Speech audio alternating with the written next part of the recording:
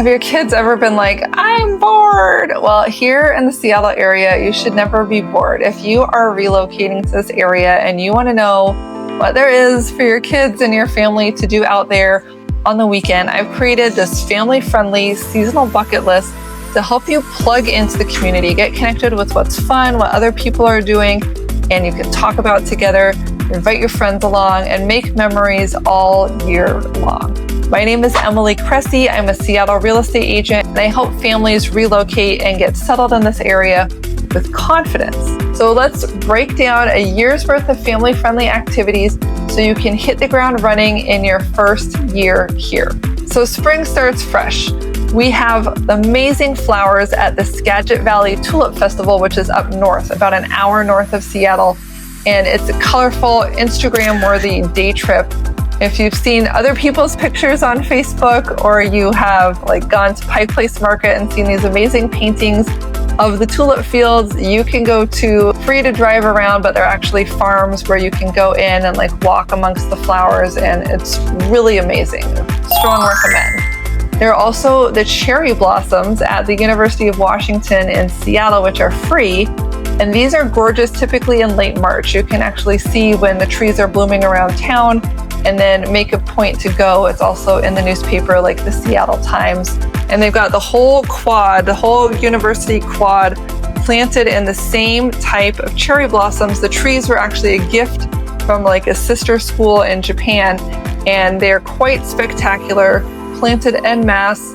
It's great for taking pictures, and if it's sunny, you can see Mount Rainier. I like to go and tour the other University of Washington buildings. If you've never been in the library, they have an amazing Gothic library with a huge barrel roof. It's really very cool from an architectural perspective, and it's free to the public. They don't guard the door. You can go in and check it out. 3, you can always check out the Seattle Children's Festival, where they have music, dancing, and crafts downtown.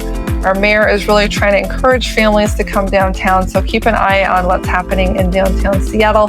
And if it's raining, like it often does, then go to the Pacific Science Center or the Seattle Aquarium, which are a little bit more pricey, but good for a full day of fun. My favorite thing to do in the spring is in February. It's not great for kids. The Northwest Flower and Garden Show. It's in the Convention Center in downtown Seattle. They have these amazing gardens. The whole thing smells like lilies. Indoor display gardens, lots of tools, lots of lectures, classes. It's perfect for that spring is coming, you can make it kind of a feeling that the gardeners around here sometimes get. So in summer, outdoor everything. If it is sunny, you are outside. Okay, Seafair weekend, hydroplane races, air shows, tons of food trucks, Seafair everything, Torchlight Parade, International District Parade.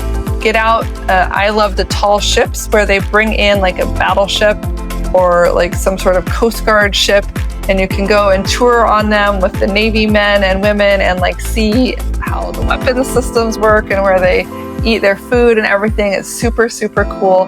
Seafair has tons of stuff to do. And at the end of Seafair week is usually the Blue Angels come and do a flyby a couple times over the lake.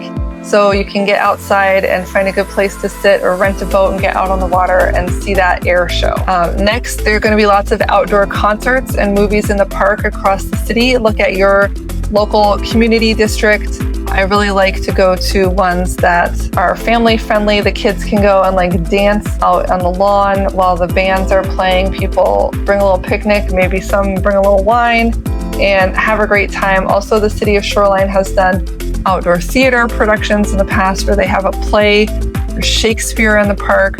So a lot of great after work activities. If your kids are in camp at the rec center all day, you can still get together and do fun things outside in the evenings. Next, you're going to want to take a look at the low tide schedule at Richmond Beach and the different Puget Sound beaches. They'll bring in naturalists at low tide. They'll put little animals like sea urchins in the tide pools. They'll help you find crabs, jellyfish, different stuff, and they'll tell you about it, and it's really educational no matter what your age. It's really fun, I think, to learn about the natural world around us. Also in the summer, it's great to camp outside. You can camp in your yard just to experience the tent and make sure everything works, and you can also drive out to Lake Wenatchee or Deception Pass We're so close to the Cascades. There are tons of camping and overnight getaway places. Go with the Cub Scout. Next, you can look at our local beaches, Green Lake, Alki Beach, or you go to Splash Pad. It's really the golden season for taking advantage of the long days and short sleeves to be outside.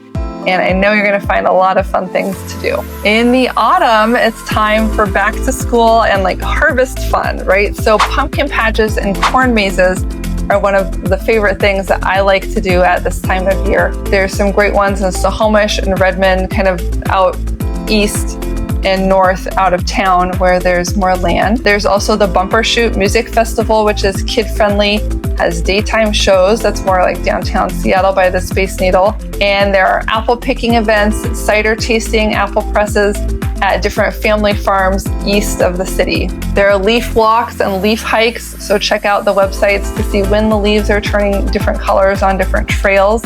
And in the neighborhood, there are tons of places where you can go trick-or-treating. You can go to the shopping center and trick-or-treat.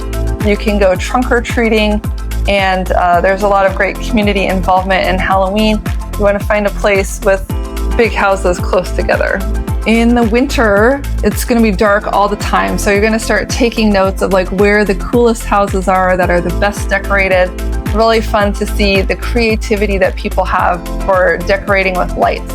At the zoo, they put on wild lanterns, which is kind of, you have to pay to get in, but it's a great light display for all ages in a safe, contained area. And they also have the Botanical Garden in Bellevue, which has some really great light displays, as well as places up north, like in Arlington, where you can drive through a whole campground that's lit up with light. We did that during COVID. We just stayed in the car, and it was really a fun thing to do, as well as Candy Cane Lane down in Ravenna by the U District. So look for the lights, look in the newspaper for the places with the lights. The next thing is that you should get out in the snow. It's winter, we don't get a lot of snow down here in Seattle, but we're right close to Snoqualmie Pass. It's like 45 minutes away, and you can go inner tubing, you can go downhill skiing, you can go cross-country skiing, you can rent skis at REI or up at the slopes.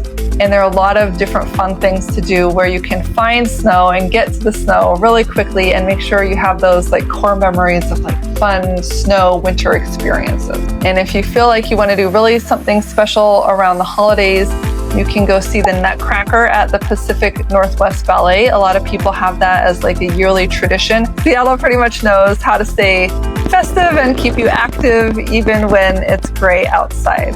So no matter when you move here, Seattle has something to offer your family in every season.